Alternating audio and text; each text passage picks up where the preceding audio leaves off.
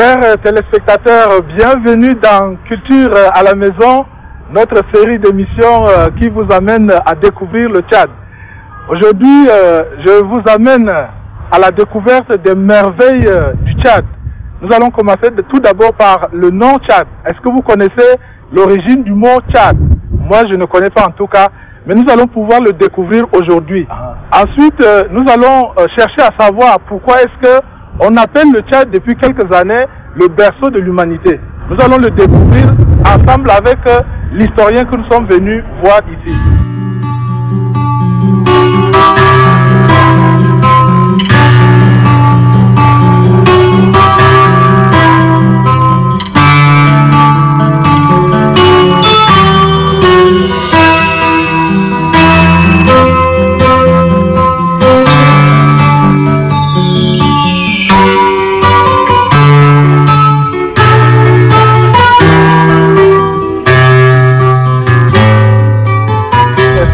Nous recevoir, nous venons donc pour avoir des clarifications par rapport à l'origine du nom Tchad, parce que nous sommes rendus compte que quand on pose la question aux Tchadiens lambda, chacun définit ou alors interprète à sa manière. Est-ce que vous, en tant qu'historien, vous pouvez nous donner l'origine exacte du mot Tchad?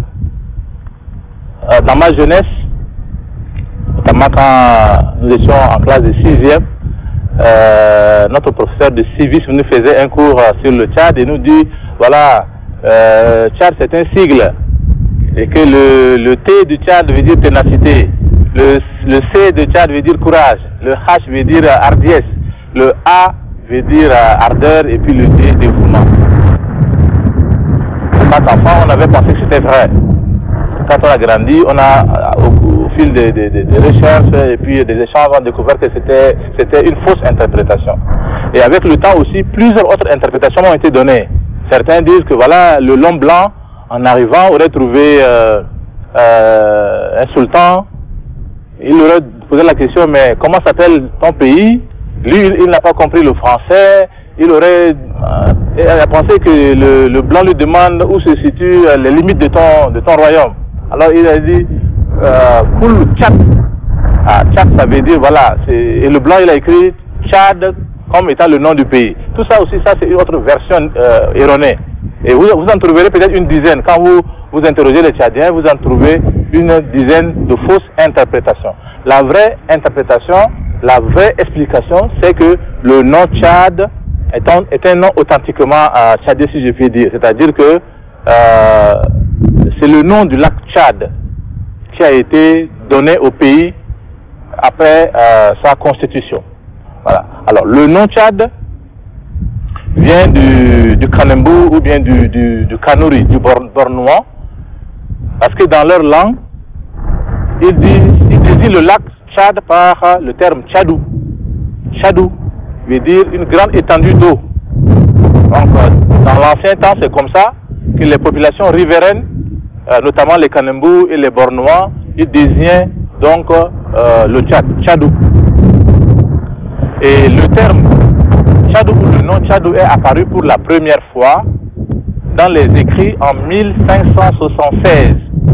C'était le savant, l'historien, ou plutôt l'historiographe du Maï et du Bornou, Maï, c'est-à-dire l'empereur du Bornou, Idriss III Alaouma Amsami. Il avait un historiographe qui s'appelle Ahmad Ibn Fourtou. Ahmad Ibn Fourtou est donc le premier à avoir employé le mot Tchad dans son livre en 1576, c'est-à-dire au XVIe siècle. Il a fallu attendre le XIXe siècle pour que le nom Tchad apparaisse dans la littérature mondiale, grâce aux travaux au voyage des explorateurs, d'accord, les explorateurs européens. Et parmi ces explorateurs, il y en a trois qui nous ont permis vraiment de mieux connaître le nom Tchad. C'est d'abord Denham. Denham, c'est un Anglais. Il était accompagné dans la région du lac Tchad par un certain Clapperton. Ils étaient venus en voyage ensemble. Donc, Denham et Clapperton sont les premiers à avoir dressé la première carte du lac Tchad. Et sur cette carte, il est écrit Lake, en anglais, Lake Tchad. Voilà, ça c'était en 1824, donc au début du 19e siècle. Ensuite, le deuxième explorateur à avoir employé le nom Tchad, c'était Henri Barth. C'était un Allemand. Il a visité le Sahel et le Sahara au milieu du 19e siècle et aux alentours de 1850-1851, il a dressé une deuxième fois la carte du lac et sur cette carte-là, il est apparu le nom SAD, T-S-A-D, SAD. Là, c'est la deuxième graphie du nom Tchad. Voilà. Donc, vous voyez, Tchadou en 1576, l'ex-Tchad de Denham en 1824, ZAD de Barth en 1850-51 et maintenant, vers la fin du 19e siècle, il y a un autre Allemand du nom Gustave Nachtigal qui vient également découvrir les pays du bassin tchadien et à son tour, il dresse une carte du lac. Parce que le lac devient maintenant un objet de curiosité. Donc, chaque explorateur, chaque savant qui arrive dans la région essaie d'en dresser les contours. Donc, il dresse sa carte en 1870, 1873 et sur sa carte, il a écrit SAD, T-S-A, accent circonflexe, D-E. Ouais. Donc, ça c'est la troisième fois que la carte du lac est née. Et ces explorateurs-là ont écrit des rapports. À leur retour en Europe, ils ont écrit des rapports de leur voyage. Et cela a permis aux Européens de découvrir qu'au cœur de l'Afrique se trouve un grand lac appelé tantôt Tchad, tantôt Zad, d'accord, soit par les Anglais, Denham et Clapperton, soit par les Allemands, Barth et Nachtigal. Et cela a éveillé encore leur curiosité. Cela a suscité des convoitises en Europe. Parce que le XXe siècle, c'est aussi le début de l'expansion coloniale. Donc, la convoitise suscitée en Europe par la présence du lac a entraîné une véritable course au Tchad.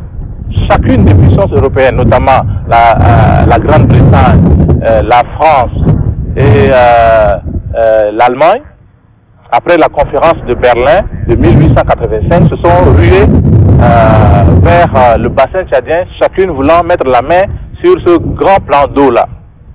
Pourquoi? À cette époque-là, on a parlé de la course au Tchad. Mais les Français étaient les plus rapides. Donc c'est eux qui ont pu mettre la main sur le Tchad, sur le lac Tchad, et après ils ont conquis une bonne partie du territoire qui allait devenir quelques années plus tard la République du Tchad. Après la conquête coloniale, le nom du lac a été donné au nouveau territoire, au nouveau territoire français. Dans un premier temps, on a parlé de territoire militaire et protectorat du Tchad, parce que ça concernait la partie déjà occupée, c'est-à-dire depuis les régions sud jusqu'au Bagrimi, la région de Fort Lamy, tout ça c'était après la chute de Rabat en fait. Voilà, après la chute de Rabat, tout ce territoire-là faisait partie des territoires militaires et protectorats du Tchad. Et ce territoire-là ne comptait pas encore le Wadaï, parce que le Wadaï était encore insoumis. Le Wadaï, le Kanem, la partie est et nord du Tchad échappait encore au contrôle des Français. D'accord? Et c'est au fur et à mesure, jusqu'en 1916, d'abord, l'ensemble du Tchad a été conquis par la force, par les Français, et c'est à partir de là que le nom Tchad a été donné à tout ce territoire qui est devenu aujourd'hui la République du Tchad avec 1 284 000 km². Le nom Tchad, donc, comme vous l'avez expliqué, tire son origine du lac. Est-ce que cela est spécifique au Tchad ou bien est-ce qu'il y a en Afrique aussi d'autres pays qui ont tiré leur nom d'autres choses comme le Tchad? En Afrique également, il y a bien d'autres pays qui tirent leur nom soit des montagnes, des lacs, des fleuves et même des vieux empires. Nous allons donner quelques exemples. À côté de nous ici, le Cameroun doit son nom au mont Cameroun. Les deux Congos donnent leur nom au fleuve Congo. La Tanzanie donne son nom au lac Tanganyika. Le Kenya donne aussi son nom du mont Kenya. C'était des exemples à l'envi. Par exemple, en Afrique occidentale, nous avons deux pays qui ont tiré leur nom de l'histoire ancienne, des empires. Le Mali, la République du Mali tire son nom de l'ancien empire du Mali. Voilà. Le Ghana tire son nom de l'ancien empire du Ghana. Bon, il y a aussi des pays qui ont des noms assez récents. Par exemple, le Burkina Faso, ça c'est un nom donné nouvellement récemment par Thomas Sankara. Ça n'a aucun rapport ni avec l'histoire, ni avec les éléments de la nature. Voilà. Mais il y a d'autres pays tels que l'Éthiopie, tels que l'Égypte, qui n'ont jamais changé de nom. C'est-à-dire que depuis qu'ils se sont constitués en État depuis l'Antiquité, ils sont restés tels, Éthiopie, Égypte, jusqu'à présent. Après avoir donc découvert l'origine du mot Tchad, maintenant nous allons nous intéresser à l'expression qu'on a l'habitude d'entendre que le Tchad est berceau de l'humanité. En quoi est-ce que le Tchad est-il le berceau de l'humanité? Est-ce que c'est une expression prétentieuse simplement pour valoriser le pays, ou bien c'est des raisons, des preuves scientifiques qui le prouvent? Jusqu'à une époque récente, on considérait que le berceau de l'humanité se situe en Afrique de l'Est, c'est-à-dire dans la corne de l'Afrique, notamment en Éthiopie. C'est l'Éthiopie qui était considérée comme le berceau de l'humanité parce que les chercheurs ont découvert les restes les plus anciens des hominidés dans cette partie du monde-là. En fait, d'une manière générale, on dit l'Afrique est le berceau de l'humanité. Mais à l'époque, quand on disait Afrique berceau de l'humanité, c'est en référence aux découvertes faites dans la vallée du Rift. Voilà, dans la vallée du Rift en Afrique orientale, notamment dans la vallée de l'Omo en Éthiopie. Et la découverte majeure là-bas, c'était celle de Lucie, les restes de Lucie, en 1974. Ces restes-là dataient de 3 millions d'années, en fait. De 3 millions d'années, et faisaient donc de l'Éthiopie et de l'Afrique le berceau de l'humanité. Mais, avec le temps, les découvertes ont montré que c'est plutôt l'Afrique sahélienne, notamment le Tchad, qui est le berceau de l'humanité, et ce pour plusieurs raisons. Peut-être avec votre permission, il s'agit de parler de Toumaï en fait. C'est Toumaï qui fait du Tchad le berceau de l'humanité, mais avant Toumaï même, la terre tchadienne avait déjà suscité beaucoup de curiosité de la part des chercheurs déjà. Déjà dès l'aube de l'indépendance, les premières recherches paléontologiques ont commencé au Tchad et ont abouti à la découverte en mars 1961 d'un crâne d'hominidés datant d'1 million d'années par un chercheur français du nom de Yves Coppens. C'était sur la falaise de Langama, dans la région de Djourab, que ce crâne a été découvert. Le nom c'est le Tchadanthrope, ou Tchadanthropus isorus. Tchadanthrope veut dire l'homme du Tchad. Voilà, l'homme du Tchad était donc l'un des plus anciens découverts en Afrique, et qui, je le rappelle, était âgé de 1 million d'années.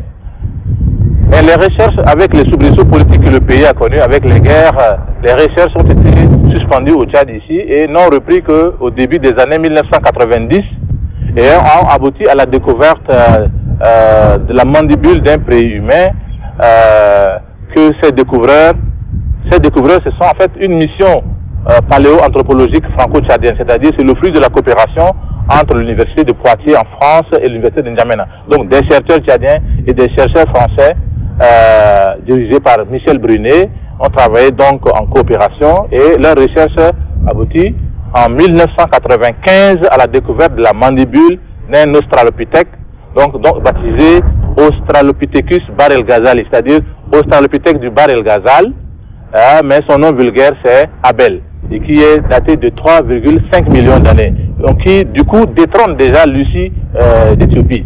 Donc déjà à partir de 1995, on commençait déjà à parler du Tchad comme un possible berceau de l'humanité.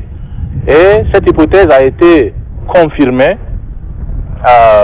6 ans plus tard, en 2001, avec la découverte de Toumaï, toujours dans la région de Djourab.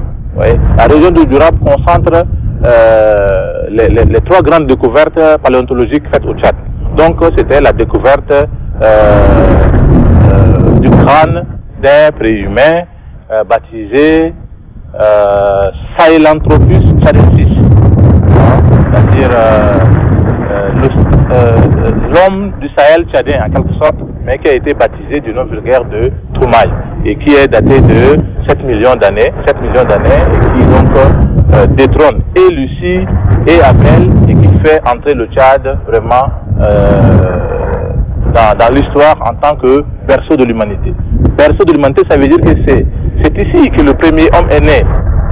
C'est ici que l'humanité est née. Et c'est à partir du Tchad que l'homme s'est multiplié et s'est répandu dans le reste du monde. À vous entendre parler d'un docteur, ça veut dire que scientifiquement parlant, jusqu'à preuve du contraire, il n'y a aucune autre découverte plus ancienne dans le monde que Toumaï. La science évolue, hein. Peut-être qu'un jour on va découvrir les restes plus anciens encore que Toumaï, mais jusqu'à preuve du contraire, Toumaï reste le doyen de l'humanité, l'ancêtre de l'humanité, et cela fait du Tchad le berceau de l'humanité. Est-ce que le mot Toumaï lui-même a une signification quelconque? Le mot Toumaï, c'est un mot qui vient du Goran et qui signifie espoir de vie. Espoir de vie. Et au-delà de cette appellation, le fait que le Tchad soit berceau de l'humanité doit être un motif de fierté pour nous les Tchadiens, pour les Africains en général et pour les Tchadiens en particulier. Parce que vous savez, auparavant, quand on disait que l'Éthiopie est le berceau de l'humanité, cela avait renforcé le prestige de l'Éthiopie sur la scène internationale. Parce qu'auparavant, on citait l'Éthiopie comme le pays des Négus, c'était un pays de vieille civilisation, parce qu'on disait que l'Éthiopie avait déjà des relations avec le monde oriental depuis des millénaires, depuis l'Antiquité. Voilà. Et donc, le fait que l'Éthiopie soit considérée comme le berceau de l'humanité a renforcé encore son prestige. Maintenant, nous les Tchadiens, ce n'est pas que nous allons nous targuer, n'est-ce pas, de cela, mais c'était un motif de fierté et nous devons, nos enfants doivent intégrer ça dans leur conscience, hein, tchadienne, pour, n'est-ce pas, dire que c'est chez nous que l'homme est né, l'humanité est née et nous sommes donc voilà, la terre natale de toute la terre. Est-ce qu'il y a des avantages à cela, de savoir que le Tchad est le berceau de l'humanité? Non seulement nous on peut le dire, on peut se targuer d'être voilà, les habitants d'un pays berceau de l'humanité, mais il y a des retombées touristiques très importantes. C'est-à-dire que si le label Tchad berceau de l'humanité est vulgarisé, est diffusé avec les supports de communication adéquats, cela va avoir pour conséquence un afflux touristique très important. C'est-à-dire qu'il faut valoriser ce label-là à travers, par exemple, imprimons des t-shirts Tchad berceau de l'humanité avec l'image de Toumaï et vendons ça à travers le monde entier. En même temps, nous valorisons notre terre, nous valorisons le Tchad en tant que destination touristique. Imprimons des stylos à l'effigie de Toumaï, des casquettes, tous les supports possibles, des cahiers. Et pourquoi pas, vous, nos amis journalistes, chaque fois que vous parlez du Tchad, il faut toujours l'embellir et le présenter comme toujours le berceau de l'humanité, la terre des Sao, une terre de merveille. Parce que, voilà, parce que, au pays de Toumaï, parce que le Tchad, c'est vraiment une terre de merveille et c'est ce que nous voulons que nos enfants le sachent. Est-ce que vous pouvez, par rapport donc à ces deux points que nous venons de voir, l'origine du nom Tchad et le Tchad berceau de l'humanité, est-ce que vous avez des suggestions à faire? Je pense qu'il faut qu'on enseigne tout cela aux enfants, à l'école. Si vous posez la question, je le répète, si vous posez la question à 10 Tchadiens, peut-être vous en trouverez un ou deux qui va vous donner voilà, de l'explication de l'origine du nom Tchad. Ça veut dire que il y a une nécessité d'éducation à la matière. Et la meilleure façon d'éduquer les gens, pour faire comprendre aux gens que le mot Tchad veut dire ça et ça vient de ça, il faut insérer ça dans le manuel scolaire. C'est-à-dire que le manuel de civisme ou le manuel d'histoire, voilà, pour que les enfants, à partir déjà du CE2, parce que l'initiation à l'histoire commence à partir du CE2, CE2, CM1, les cours d'histoire doivent commencer par le sens ou l'origine du nom Tchad. D'accord? Et on doit donner l'explication en se fondant sur ce que nous venons de dire, c'est-à-dire les différentes cartes de 1824, les cartes de 1850, la carte de 1870 de Nachtigal.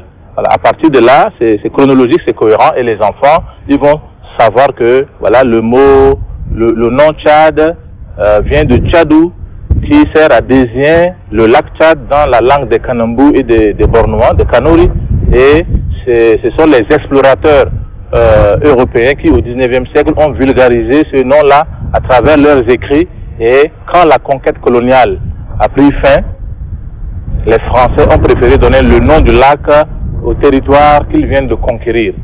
Voilà. Et donc nous, les Tchadiens, notre nom, le nom de notre pays vient donc du nom du lac et non d'une autre interprétation que ce soit. Il faudrait bien que les enfants sachent que être habitant du Tchad, berceau de l'humanité, c'est un motif de fierté. Voilà. C'est-à-dire que ça, ce sont les éléments intégrateurs, ce sont des éléments fédérateurs. C'est ça la base de la communauté d'histoire qui va forger une communauté de destin. Parce qu'on dit que pour faire nation, il faudrait qu'un peuple se reconnaisse à travers une histoire commune. Cette histoire commune, la base, c'est d'abord Tchad, berceau de l'humanité. D'accord? Et après cela, Tchad, terre des Sao aussi. Voilà, parce que Toumaï est l'ancêtre de l'humanité, l'ancêtre des Tchadiens, mais nous avons nos ancêtres directs qui sont les Sao, qui sont les premières populations à s'organiser sur la terre tchadienne. Ça, ce sont des éléments très importants. Je sais que dans les livres d'histoire, on enseigne déjà l'histoire des Sao, mais avant cela, il faut développer un chapitre sur Tchad, berceau de l'humanité, et montrer toutes les étapes des recherches qui nous ont amenés jusqu'à Toumaï. Voilà les éléments importants et les éléments conclusifs qu'on pourrait apporter à cette émission. Nous sommes en période de pandémie du Covid-19. Est-ce que vous avez un message à faire passer à nos téléspectateurs? Le message, c'est de respecter les mesures barrières, c'est de se laver aussi fréquemment que possible les mains, de porter le masque,